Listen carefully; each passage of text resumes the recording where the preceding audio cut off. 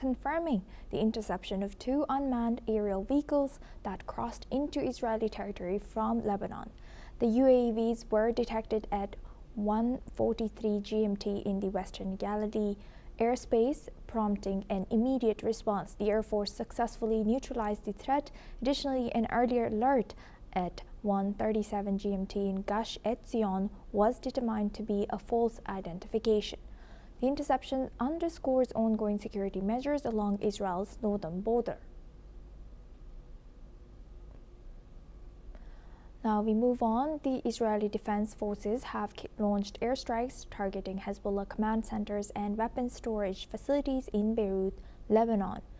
This comes after Hezbollah fired missiles into Israel, prompting retaliation from the IDF.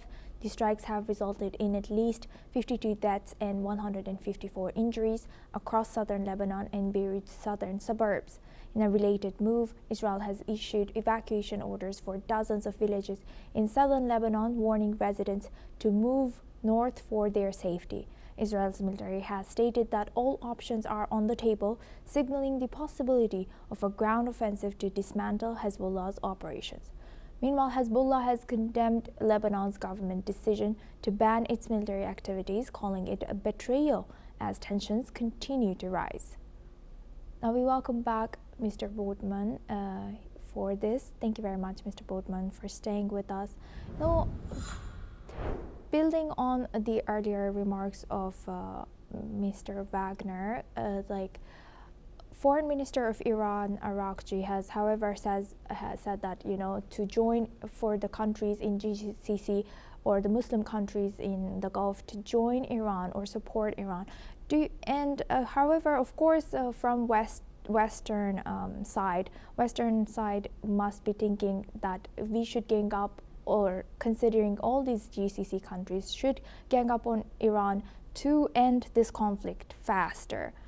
Do you think Iran had some kind of miscalculations in terms of, thinking that they can get by with attacking US bases in Iran, in the Gulf states, like they did last year, and Qatar did not attack them back? Do you think they had some miscalculations?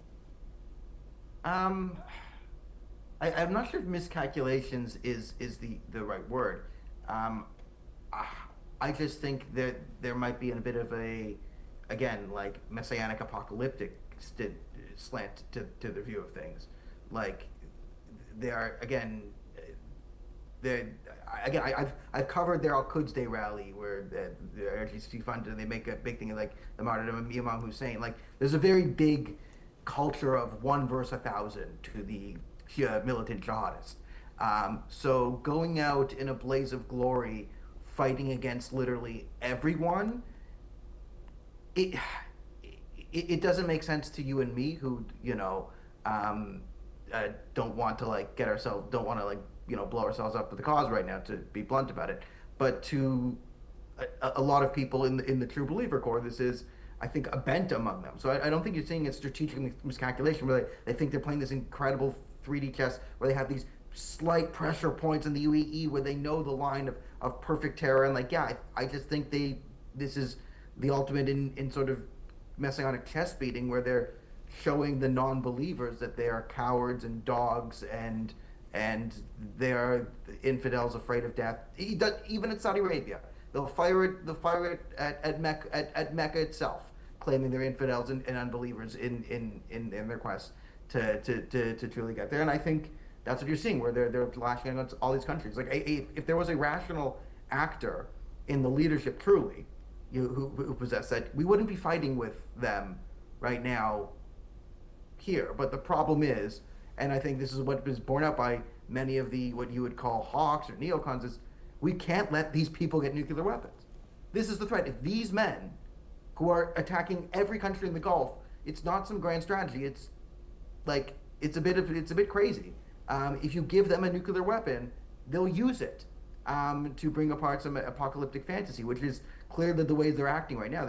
It seems like the best explanation to explain this, because you're not going to get any credible military expert to say, yeah, would you do if you were the IRGC shoes, is this how you would handle a warfare scenario?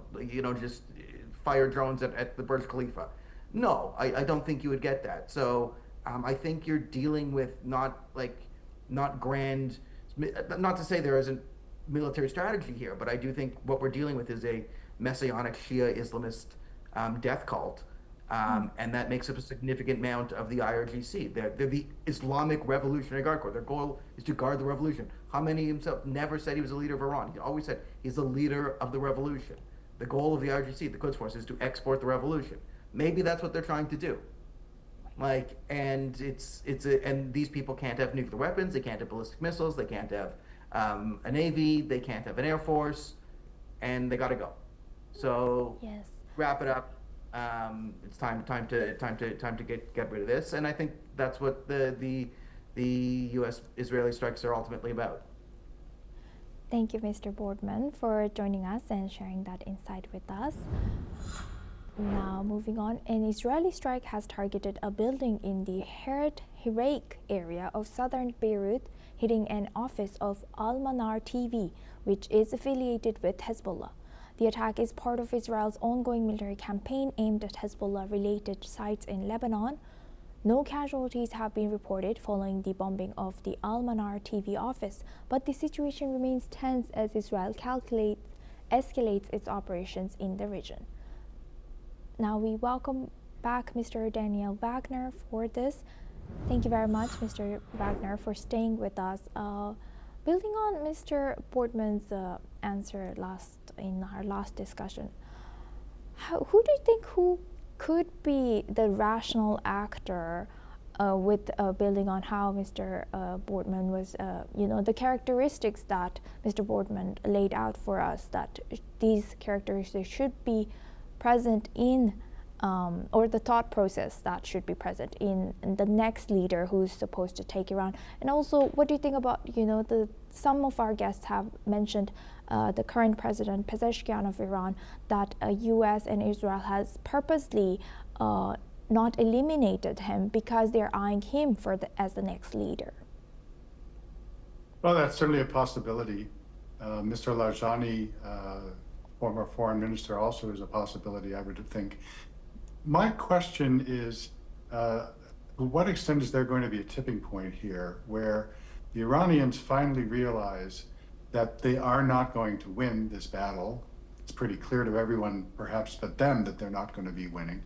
So at what point do they decide, you know what, unless we're going to be totally suicidal for ourselves and our country, we should probably lay down our arms and either start negotiating again or completely change the style of government, or perhaps the people will do it for them. There will come a tipping point when this will happen.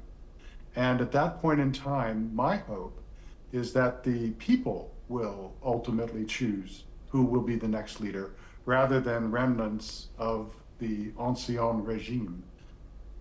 I think that formula that was used in Venezuela, where you simply decapitate a single leader, and then all of a sudden the people underneath him turn a new leaf, and we can do business with them. That's not what's needed here. We need wholesale change, and that's why this campaign has been undertaken. My own view also is that this should have been done a long time ago. Successive US administrations, successive Israeli administrations might have wanted to do it. They didn't have the ability to do it because the Americans weren't willing to play along or perhaps lead the effort. But that's all changed now. And I do think that we're likely to see a favorable outcome in the long run. It may take weeks or perhaps even a couple of months to get there. Nobody knows for sure, of course. But once that happens, I've got to believe that the outcome that the Americans and Israelis, much of the Gulf, much of the world want to see for Iran and its people will ultimately happen. With that, I'd like to thank both our guests, Mr. Daniel Boardman